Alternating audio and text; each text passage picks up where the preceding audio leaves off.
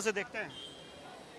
देखिए, जिनको संसदीय लोकतंत्र में और जिनको बिहार विधानसभा के कार्य संचालन नियमावली में भरोसा नहीं है, विश्वास नहीं है और सदन के कार्यवाही को बाधित करते हैं, जब अल्पसूचित प्रश्न का समय खत्म हो गया और तारांकित प्रश्न का समय आ गया तो स्पीकर साहब ने तारांकित प्रश्न लेना शुरू किया तो हंगामा कर रहे हैं। और लगता है कि वो जो तारांकित प्रश्न है उसमें भारतीय जनता पार्टी के एमएलए का कोई प्रश्न है नहीं, इसलिए ये जानबूझ करके इस तरह के हंगामा करके सदन का समय बर्बाद करते हैं और जो प्रश्नकाल है उसको बाधित करने की कोशिश करते हैं।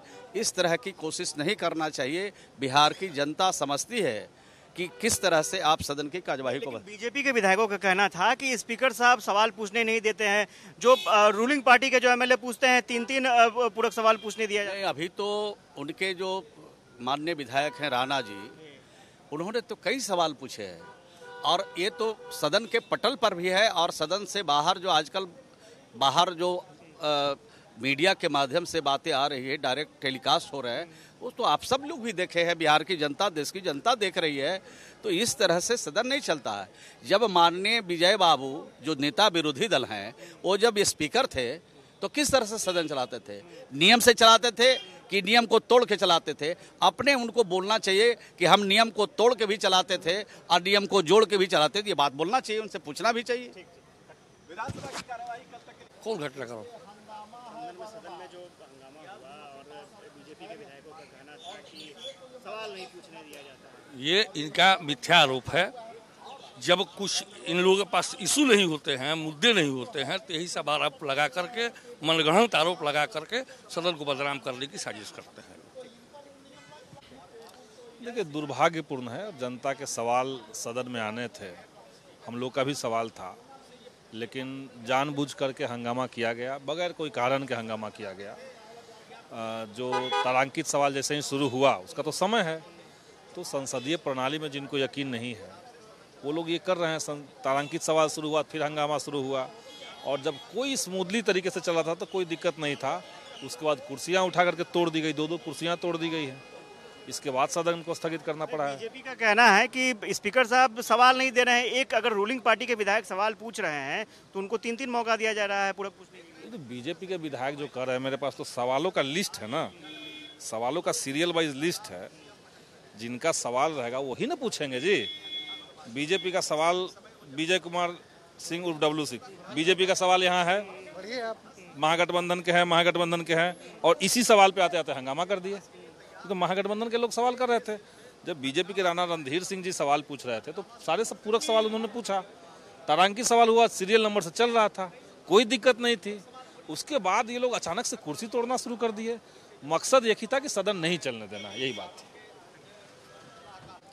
देखिए, लोकतंत्र में विरोध करना जायज है, हर जगह विरोध किया जाता है, लेकिन आज जो विरोध किया गया इसका मैं घोर निंदा करती हूं कि कुर्सी उठा के पटकना, वहां पर जो सरकारी कर्मचारी बैठे हुए हैं काम करने के लिए, वो लोग को धक्का देना, मारना, ये सब चीज अच्छी बात नहीं है।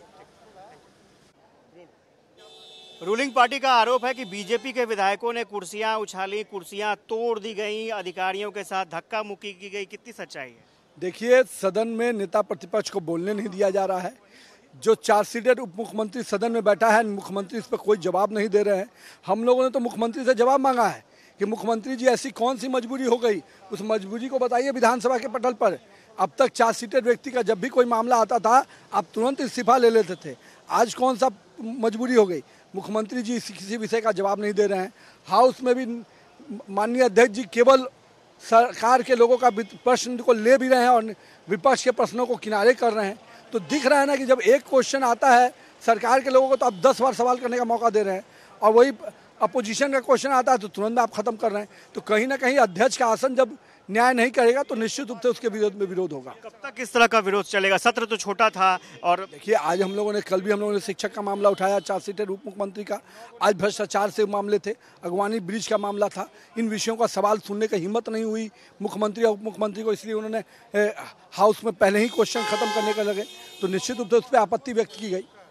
नितिन नवीन थे और ये साफ तौर पर बता रहे थे कि किस तरह की परिस्थितियां थीं और क्यों ये नौबत आई। हालांकि ये परिस्थितियां कैसे ठीक होंगी क्योंकि समय बहुत ही कम बचा है और जनता के सवाल आने हैं और सवाल के जवाब भी मिलने हैं, लेकिन अगर इसी तरह की परिस्थितियां रही तो सवाल के जवाब नहीं आ पाएंगे। कैमरा पर्सन फिरोज के साथ आशुतोष चंद्रा।